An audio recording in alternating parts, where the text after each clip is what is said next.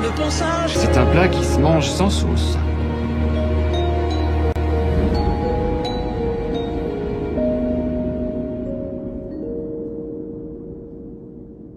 bon, j'en profite qu'elle est sur le toit pour pouvoir glisser entre les tôles. Avec un pinceau, je vais glisser de l'huile moteur légèrement, histoire que elle pénètre entre les deux tôles et que ça empêche l'humidité de s'installer et ainsi la rouille de faire son mauvais office, on va dire.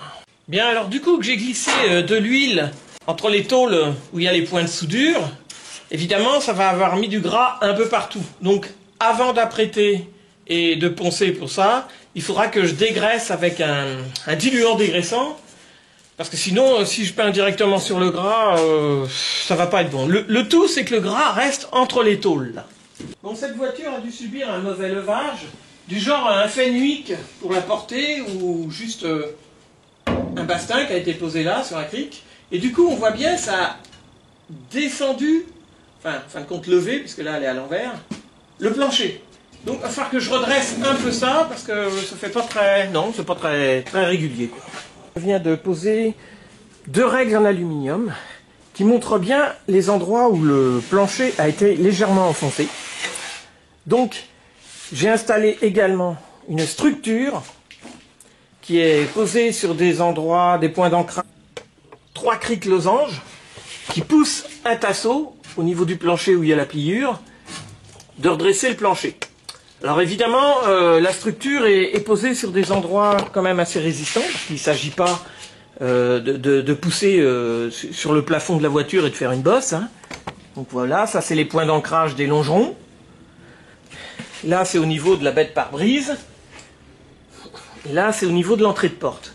Donc comme ça, ce calage que j'ai effectué, bon, c'est vrai que déontologiquement, par rapport aux normes des réparations automobiles, il paraît un peu scabreux, on va dire. Mais pour un petit pays comme ici, bah, ça ira bien. Bon, alors maintenant, délicatement, je commence à exercer une pression grâce à mes 3 criques losanges.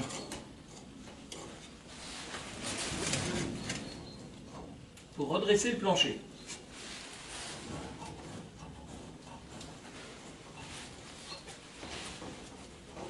Bon, de l'extérieur, évidemment, je contrôle le rapprochement du redressage du plancher en faisant attention de ne rien abîmer en dessous. Voilà, j'agis successivement sur mes 3 criques.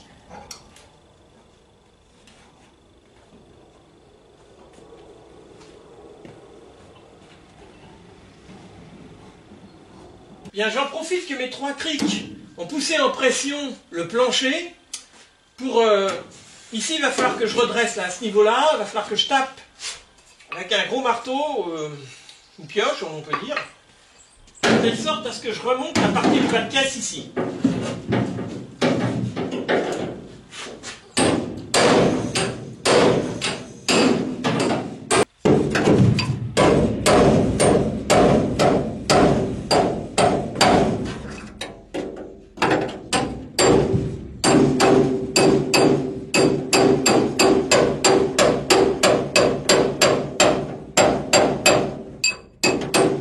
Bon voilà, du côté gauche de la voiture, j'ai bien ramené le plancher et le bas de caisse. On voit bien ici, c'est bien revenu. Par contre, du côté droit, bon, ça avait été moins ancré, c'est vrai, mais il va falloir quand même que je ramène un peu le plancher. 2-3 coups de marteau vont être nécessaires pour le ramener bien vers le bas de caisse. Donc là, j'ai bien repéré où était la bosse, c'est pareil.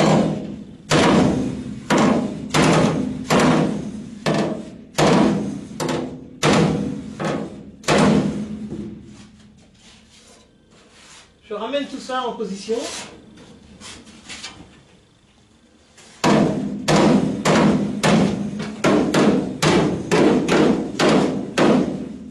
Alors comme c'est toujours en pression pour maintenir mon plancher en position droite, j'en profite pour redresser en même temps avec une cornière les renforts de plancher. En effet, à des endroits ils ont eu des plis. Donc pour pouvoir redresser cette partie-là, je vais glisser une cornière qui tombe à peu près à la bonne dimension de mon renfort. Ça tombe bien, ça rentre bien dedans.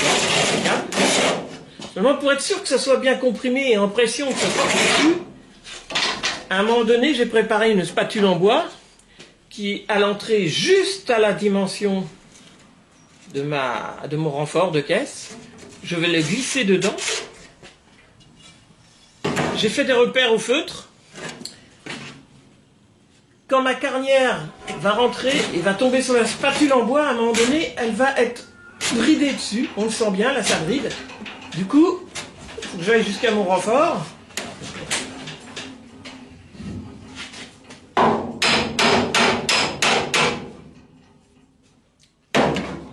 Et là, du coup, je sais que la partie métallique est en pression dessus.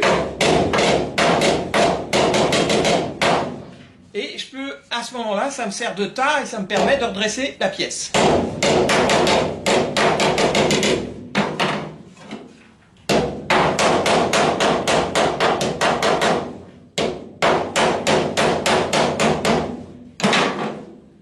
Une fois ça fait, j'ai plus qu'à la ressortir.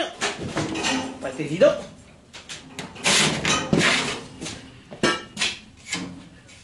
Voilà, le renfort de caisse est redressé. Je vais faire pareil pour les autres. Bon, celui-là a l'air plus ouvert. Il faudra peut-être que j'y mette un cale de bois, mais pour l'instant, on va déjà commencer comme ça.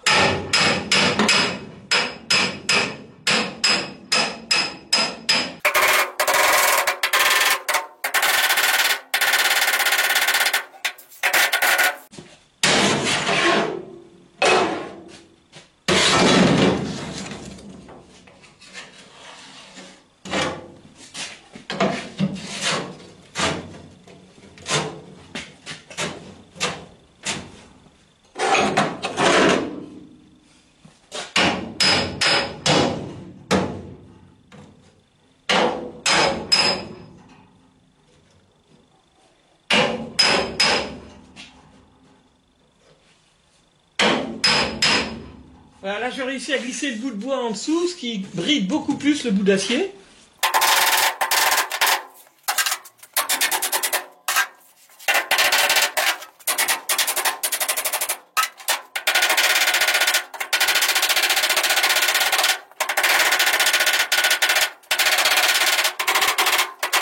Bon là il y a du trace de pourrissement, il va falloir que je voie ça. En tout cas ici la bosse est revenue, c'est impeccable.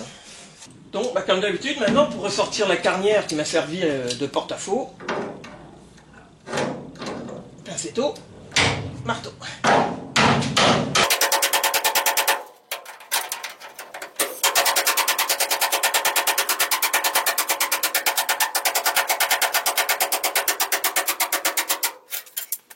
Bon, je vais en profiter que la caisse est à l'envers pour ébarber un peu les soudures d'origine de mes bas de caisse. On voit bien, là il y a comme des genres de petits coins qui peuvent accrocher.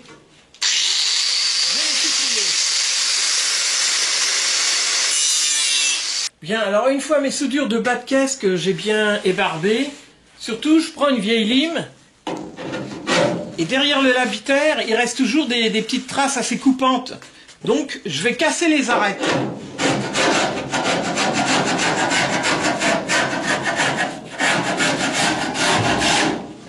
Bon là je suis en train de découper des endroits qui me paraissaient un petit peu fragiles.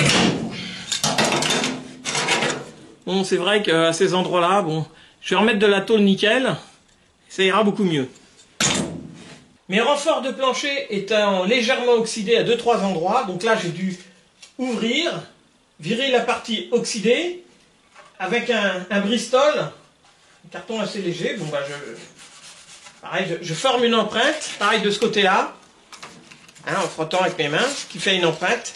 Je vais découper, ça va me faire un patron pour pouvoir découper la tôle en acier après. Donc après, je prépare, là je vois, j'ai déjà un angle de fait sur ce vieux casier qui a les tôles d'1 millimètre, c'est impeccable, c'est exactement ce qu'il me faut, c'est un vieux casier Facom d'ailleurs. Et donc je présente mon patron, voilà, je fais un traçage, hop, j'ai plus qu'à découper et j'aurai une partie de mon renfort qui sera prête.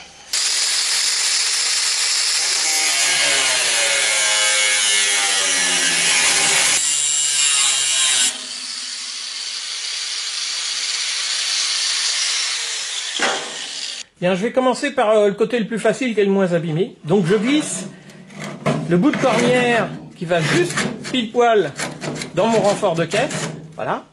Il est tout oxydé, tout rouillé, ça m'arrange, la soudure ne prendra pas dessus comme ça. Je prends le petit bout de ferraille que j'ai préparé. Donc ici, là, ça va. Là, par contre, il va falloir que je le ratiboise un petit peu. Donc je vais le meuler et le mettre à la bonne dimension. Bien, alors mon petit renfort, une fois meulé et mis à la bonne dimension, voilà, il rentre pile poil dedans. Il va falloir maintenant que je le laisse appliquer et que je lui fasse les soudures.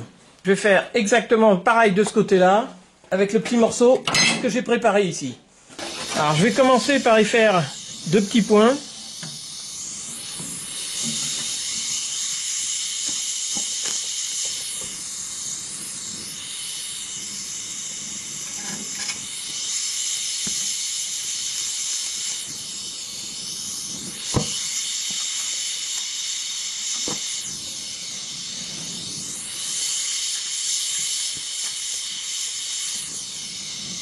Voilà, une fois que ça c'est fait,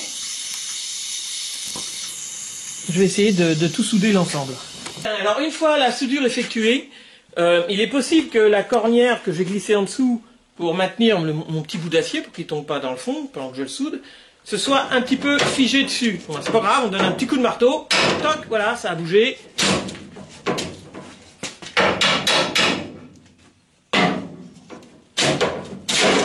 C'est venu.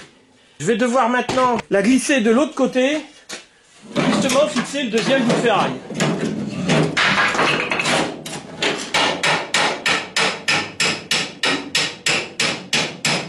Donc pareil de ce côté-là, j'enfonce d'abord mon bout de cornière à l'intérieur, je mets le bout de ferraille que j'ai ajusté pour ma pièce, je vais préparer 2 petits points là-bas, et après ici je redescendrai parce qu'en fin de compte la cornière me gêne ici.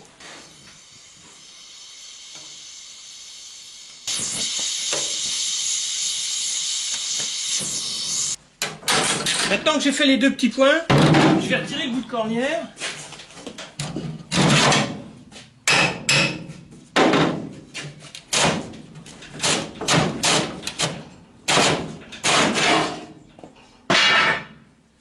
Ça va me permettre de rappuyer plus ici. Voilà, que ça soit bien positionné.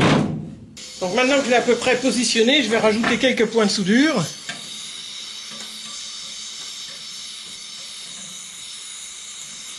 Voilà, histoire qu'il tienne à 2-3 endroits et surtout au bon endroit.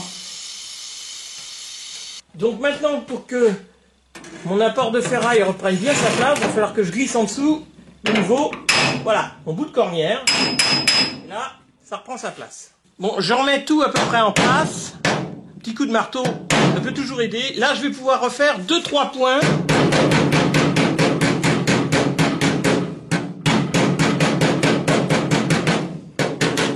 Aux endroits où la tôle est bien replacée.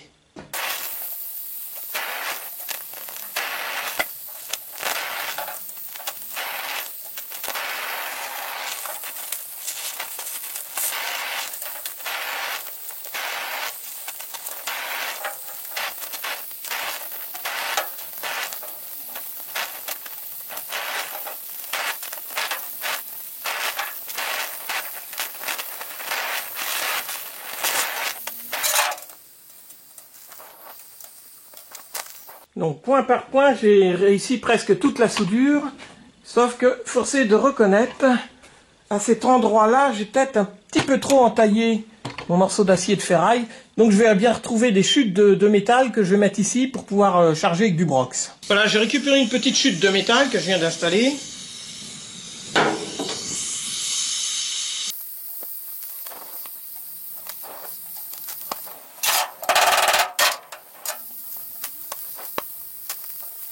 Bon, une fois que toute la soudure a été effectuée, il va falloir que je ressorte la cornière que j'avais mis, qui guidait un peu le morceau de ferraille que j'avais mis.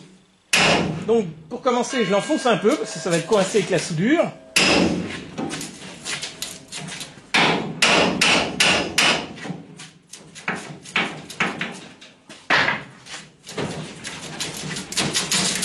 Et voilà. Alors, c'est là où on est content de trouver un bout de cornière qui est rouillé, parce que grâce à la rouille, la soudure n'a pas pu accrocher.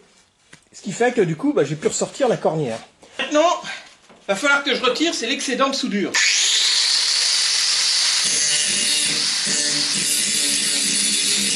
Bon, une fois mes soudures finies et meulées, des deux côtés, je vais en profiter pour poncer tout le dessous de la caisse. Ce sera beaucoup plus pratique maintenant qu'elle est retournée à l'envers, plutôt que de le faire une fois qu'elle sera de nouveau à l'endroit où je serai capable de parfaire.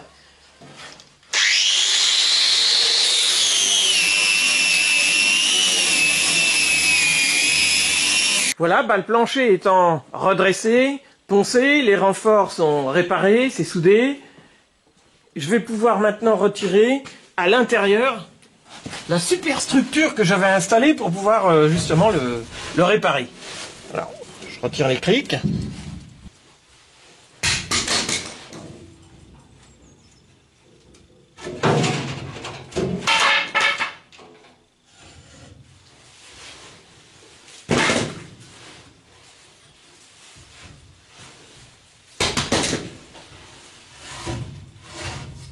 J'avais mis cette voiture sur le toit pour la bonne et simple raison, c'est que j'avais quelques réparations à faire qui nécessitaient qu'elle soit retournée. Donc par exemple, la gouttière ici qui était sévèrement oxydée, donc on voit là c'est réparé. J'en ai profité aussi pour réparer les trous qu'il y avait à l'arrière dans les bas de caisse, parce que j'avais dû ouvrir. De l'autre côté c'était légèrement oxydé, donc problème. J'en ai profité aussi pendant que j'y étais pour redresser le plancher. Ah bah oui, là il est redressé. Ces supports, ces renforts sont réparés. C'est une légère oxyde à cet endroit-là. Donc ça c'est bon. Maintenant, la fête n'est pas terminée puisqu'on peut remarquer qu'à l'arrière de la voiture, oui, il faut savoir que sur les malles plates, on voit bien, ça ce sont des évacuations d'eau. C'est-à-dire qu'à l'intérieur, il y a de l'eau qui arrive à rigoler. Et pour qu'elle sorte, on lui rajoute, sur cette tôle à l'arrière du plancher, des évacuations d'eau.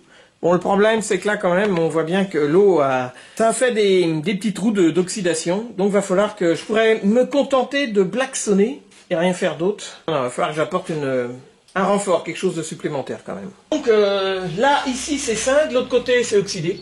De l'autre côté, je vais mettre un renfort qui longera celui-là, ici aussi, que je vais souder. Là, par contre, je vais rajouter une tôle que je risque de noyer dans le blackson et de rifter parce que c'est pas pourri, c'est légèrement perforé. Bon, ça serait complètement pourri, je redécouperais une tôle et j'en referais une de A à Z, mais ça me prend de la tête grave. Comment vous expliquer que c'est pas pourri? Alors, pour vous expliquer que ce n'est pas pourri, j'ai mis un bas de caisse d'une autre traction à côté de la mienne, là, que j'ai fixé rapidement. Alors, ça, c'est mon bas de caisse de traction. Bon, c'est vrai qu'il a vécu, il n'y a pas à dire. Par contre, celui-là, aïe, aïe, aïe, ouïe, ouïe, ouïe, oui, celui-là, allez, on peut dire éventuellement qu'il est pourri. Bon, il m'est toujours utile, comme ça, je sais à peu près comment c'est foutu à l'intérieur. Là, c'est sûr, on voit bien à l'intérieur, hein, ça, pas de problème. Alors, faut savoir quand même que ce bas de caisse, pour certaines voitures de collection, mais c'est une bonne base de restauration. Faut refaire toutes les tôles, hein. Il y en a qui sont doués pour ça, et puis c'est du talent, hein, il n'y a pas à dire, ils ressoudent tout, ils refont tout. Et là, on peut dire que si jamais quelqu'un se lance pour restaurer quelque chose de ce genre-là, ça va être une lourde tâche, hein, quand même. Hein. Quand même, là, c'est vrai que j'ai dit bonne base de restauration. Non, peut-être pas quand même. C'est peut-être pas une bonne base de restauration, mais pour quelqu'un qui est courageux, pourquoi pas. Alors, voilà mon plancher arrière. Là, j'ai fait un croquis, à peu près de comment ça se présente. L'ennui, c'est que j'ai 2-3 trous d'oxyde. Voilà, ici. Donc, pour commencer, déjà, la guérison, je vais envoyer de l'huile qui va se glisser de l'huile moteur entre les soudures. Ici aussi, partout, là où il y a des soudures, je fais passer de l'huile. Le gras va bien s'imprégner et si jamais il y a de l'oxyde, il y en a à mon avis, une voiture au bout de 70 ans elle en a, si jamais il y a de l'oxyde là, l'huile va la stopper. Cette huile va falloir qu'elle reste. Donc moi maintenant ce que je vais rajouter, c'est une tôle par-dessus ça, que je vais faire prendre dans du blackson pour que ça soit bien étanche, que l'oxyde puisse pas s'y mettre. Et cette tôle prise dans du Blackson, elle va faire à peu près ça. Elle sera rivetée, comme ça elle tiendra bien. Et en plus, collée avec le Blackson. Une fois tout fermé, l'huile qui sera emprisonnée dans les soudures, elle devra y rester. Si jamais j'apporte un coup de chalumeau pour faire une soudure ou autre chose, bien sûr, il faudra que je repense à remettre de l'huile. Quand on chauffe au chalumeau, automatiquement, l'huile brûle, s'évapore, disparaît. Et du coup, faut en rajouter. Toujours mettre de l'huile entre les soudures. Donc, je pense que c'est une bonne idée. Les carrossiers peintres vont moins apprécier, c'est sûr. Mais une fois dégraissé, c'est du dessous de caisse. De toute façon, ça devrait le faire. Alors, comme d'habitude, je vais commencer par fabriquer un patron en carton. Ça va me permettre de découper ma tôle.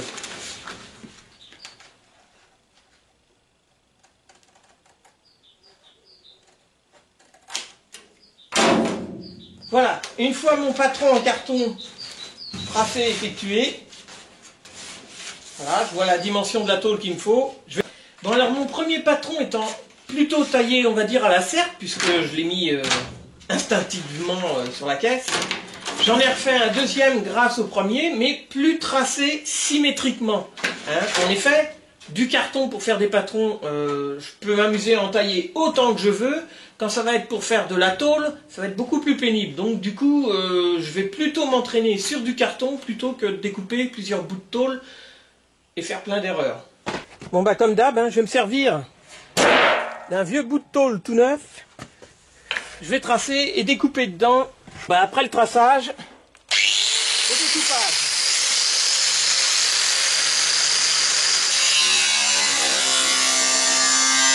Avant le pliage, je vais prendre une bonne lime qui râpe bien, histoire de casser les arêtes. Ça évitera que je me blesse sur les coupures que je viens de faire. Bon, je vais placer ma tôle sur le bord d'un établi ou d'un banc, n'importe quoi, on s'en fout, royalement. Je vais placer un beau morceau d'acier juste dessus, là. Je vais le coincer grâce à 2 presses.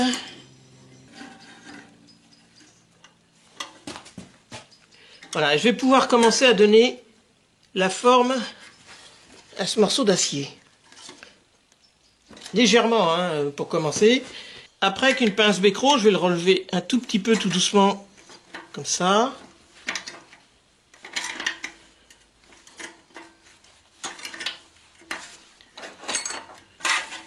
Là, je vais prendre une plaquette en ferraille assez épaisse.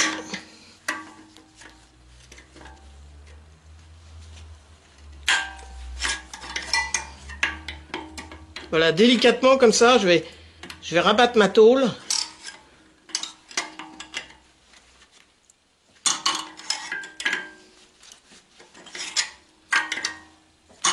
Alors, gauchement, maladroitement, parce qu'il faudra que je la présente et que je voie si ça se présente pas trop mal, justement. Je vais faire pareil de ce côté-là. J'amène ma tôle.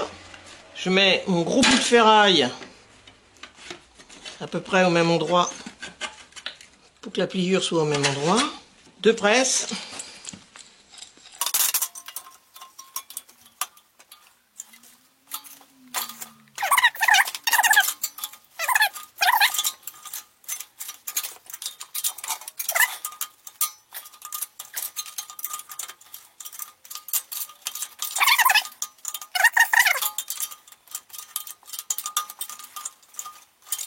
Bon, là, les angles, c'est pareil. J'ai repéré à peu près où il fallait que je plie.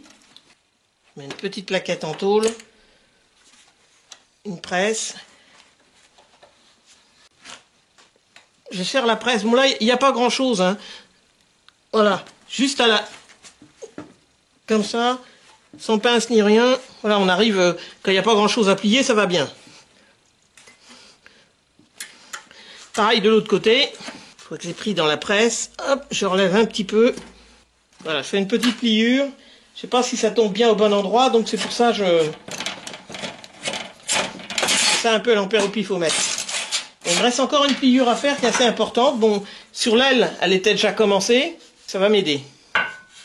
Je vais tracer exprès à cet endroit-là d'ailleurs. Ah non, non, mais c'est pas d'une aile. Déjà une, c'est d'un panneau de portière de voiture. Et la tôle doit faire à peu près 8/10 de millimètre d'épaisseur. Alors pour le grand pli, ça va être plus dur évidemment, plus c'est grand, plus c'est dur. Alors je vais utiliser un morceau de ferraille pour le coincer, pareil, pour faire un peu une plieuse. Je presse. des pincettos. Délicatement, je vais glisser des bulles plats en dessous. Et je vais faire levier. De telle sorte à ce que la tôle prenne bien le pli.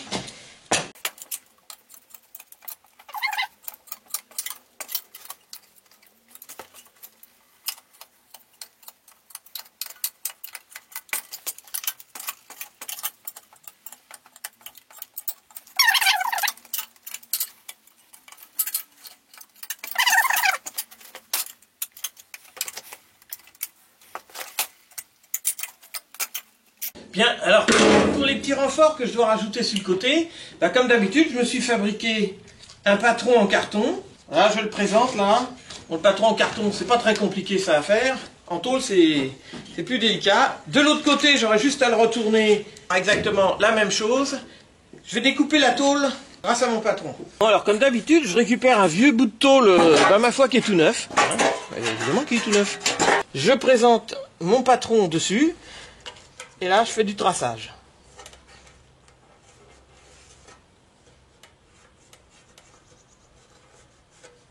Alors, j'en prépare un autre de l'autre côté, en le retournant, puisque sur une voiture, il y a deux côtés. Donc, une fois le traçage effectué, le découpage.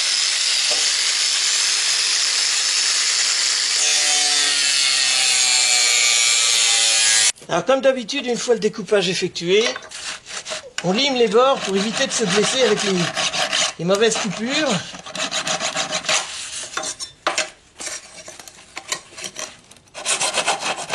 Une fois mes deux bouts de tôle qui sont découpés et bavurés, je vais les fixer sur une planche en bois pour leur faire des perçages, ça me fera des empreintes pour les soudures. Je fixe ça avec une pincetto, une presse.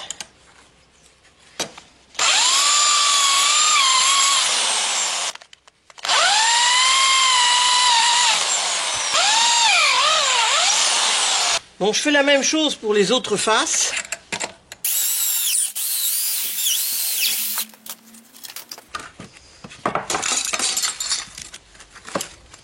Voilà. Il me reste plus qu'à poncer tout ça. Une soudure, il faut toujours que ça soit métal propre, jamais avec de la peinture. Donc je vais foutre un coup de meuleuse là-dessus. Voilà, mes deux renforts de plancher sont limés à blanc, comme ça les soudures vont bien prendre dessus. Donc les équerres que j'ai préparées, c'est parce que à l'arrière gauche de ma caisse, on voit bien, il y a 1, 2, 3 points d'oxyde quand même qui sont apparents. Donc je vais mettre cette équerre là, que je vais souder, ça va faire un renfort et fermer les points d'oxyde. Pour mettre les premiers points de soudure, déjà, je vais appliquer avec une presse, en appliquant bien l'équerre à fond.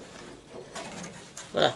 Mon équerre étant fixé contre ma tôle, je vais pouvoir commencer les points de soudure. De l'autre côté, j'ai préparé la même équerre pour mettre là, juste pour faire pareil, hein, que ce soit symétrique. Parce que ma foi, de ce côté-là, j'ai de la chance. Il n'y a pas du tout d'oxyde, c'est nickel. Mais comme ça, il y aura un renfort de chaque côté, ça sera parfait. Bien, alors l'endroit où les presses sont appliquées, je vais pouvoir déjà faire 3-4 points de soudure.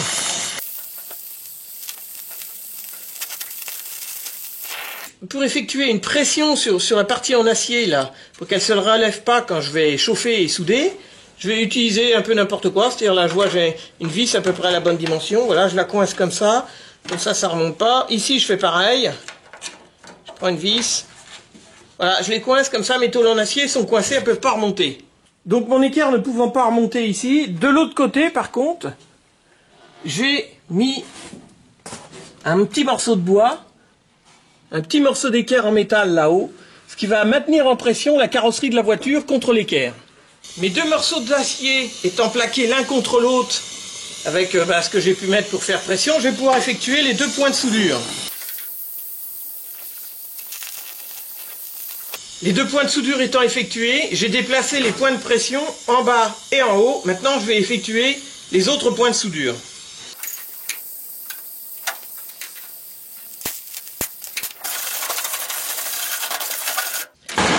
Les points de soudure étant effectués de ce côté-là, et bien maintenant, il va falloir que je fasse pareil pour ici. C'est-à-dire mettre des pressions en dessous, des pressions dessus, avant d'effectuer les points de soudure. Donc une fois mes deux parties d'acier bridées comme d'habitude, un petit coup de chalumeau. Une fois mes soudures effectuées, comme d'habitude, je vais meuler un petit peu l'excédent. Une fois meulé, nettoyé, décapé, les deux côtés, il ne restera plus qu'à peindre et blacksonner. Donc pendant que je répare le plancher arrière de ma traction, évidemment, au niveau de la fixation de la jupe tout à l'arrière, j'ai quand même deux petits points de soudure à faire pour reboucher. Malgré tout, à cet endroit-là, c'est un petit peu plus important. Il faut savoir que l'eau glisse ici, se glisse entre la jupe et la carrosserie de la voiture. L'humidité s'installe et ça fait de la corrosion. Donc, ici, je vois que je peux glisser, j'ai fait un patron en carton de cette dimension-là. Je vais essayer d'y glisser ce bout de tôle et après, je vais essayer d'étamer. Alors, déjà glisser le bout de tôle, ça va être simple, parce que le carton ça va bien. Ça va être une autre affaire.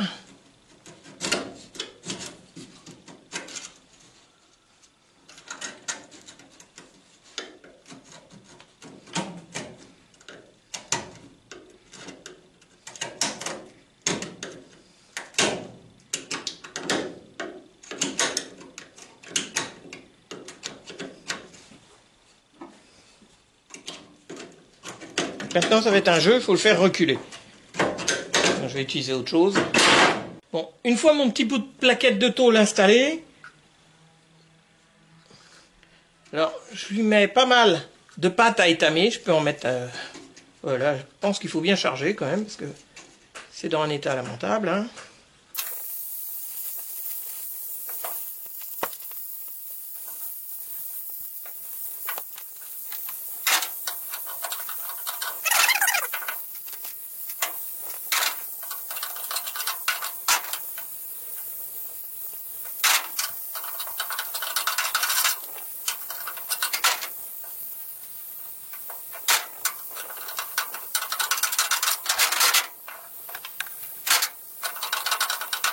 Bon, une fois mon étain installé, étalé, bon, j'y fous un coup de râpe pour finir. Cet endroit-là est bouché. Il faut que je fasse un petit peu le reste que je fignole. Bon, les autres endroits, je les ai carrément rechargés au broc. C'était que des petits trous, je pouvais me le permettre. Donc maintenant, il faut que je foute un bon coup de meuleuse là-dessus pour égaliser la tôle derrière. Pour un petit pays comme ici, ça ira bien. Bien, alors j'ai voulu représenter ma petite tôle que je dois présenter ici pour renforcer un peu l'arrière, que je dois rifter dans du Blackson. Et là, c'est là. Apparemment, ici, j'ai prévu trop large. J'ai dû... Dans l'enthousiasme de la précipitation, je pense que j'ai dû zapper. Normalement, il faut que je refasse que je récupère le patron en carton et que je vois exactement où est l'arête. L'arête de départ de la courbure ici. Et là, du coup, j'ai fait trop large. Donc, il faut que je redécoupe un petit carton dans le carton que j'avais préparé. Celui-là, exactement. Pour faire exactement bien le pli de l'arête. Alors, je vais découper là et je vais trouver le pli de l'arête. Voilà, j'ai donc représenté mon patron en carton.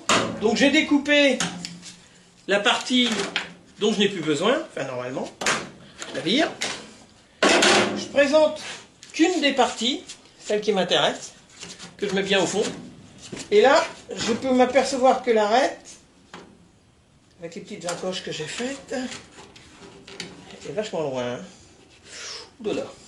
Où il est là, Donc je vais tracer, découper, et ce patron en carton, il restera que la partie qui m'intéresse, la partie de l'épaisseur que je dois mettre sur la tôle.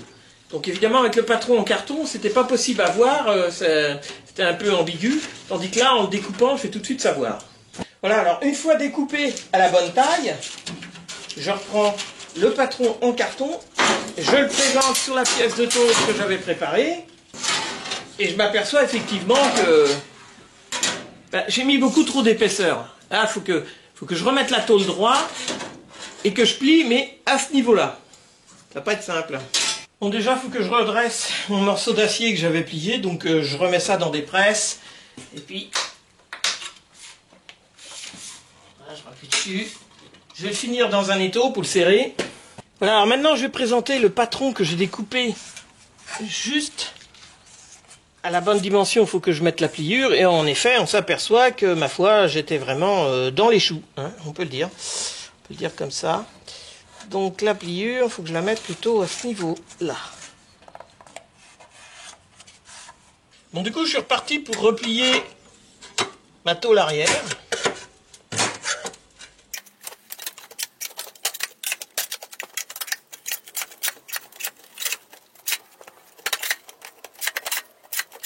Bien, alors maintenant que j'ai préparé ma tôle, je vais la représenter sur la voiture. Voilà.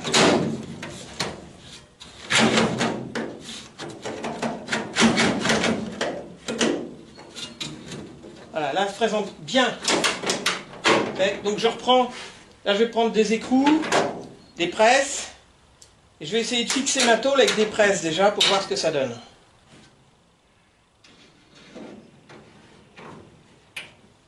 Une fois que j'ai fixé ma tôle avec des presses, je commence à lui donner, alors légèrement, la forme de l'arrondi qu'elle doit prendre.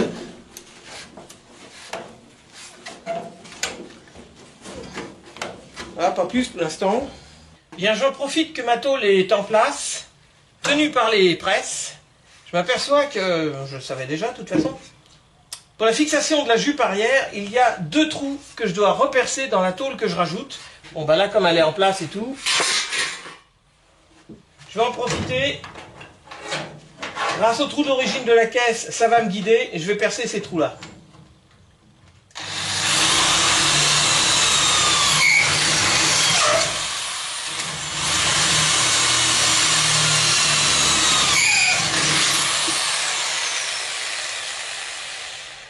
Bon, même chose de l'autre côté.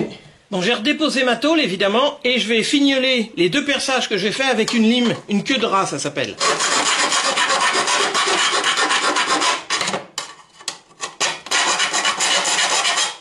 Et bien du coup, suite au perçage que je viens d'effectuer, je replace 2 presses pour bien appliquer ma tôle au fond. Et ce coup-ci, je vais pouvoir la faire tenir grâce aux 2 vis que je vais mettre. Ces 2 vis qui, à l'origine, normalement doivent tenir la petite jupe qui est derrière.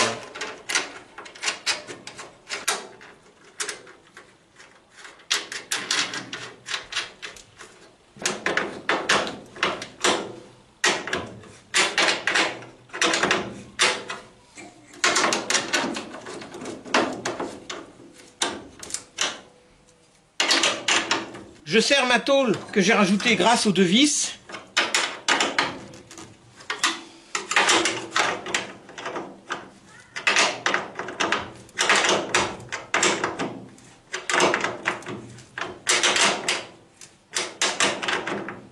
Voilà, maintenant qu'elle est fixée, je vais pouvoir percer des trous déjà ici pour préparer des rivets puisque je compte riveter cette tôle noyée dans du Blackson. Pour la pose de ce bout de ferraille, ça risque d'être long et fastidieux. Allez, on verra ça au prochain épisode. Musique de fin.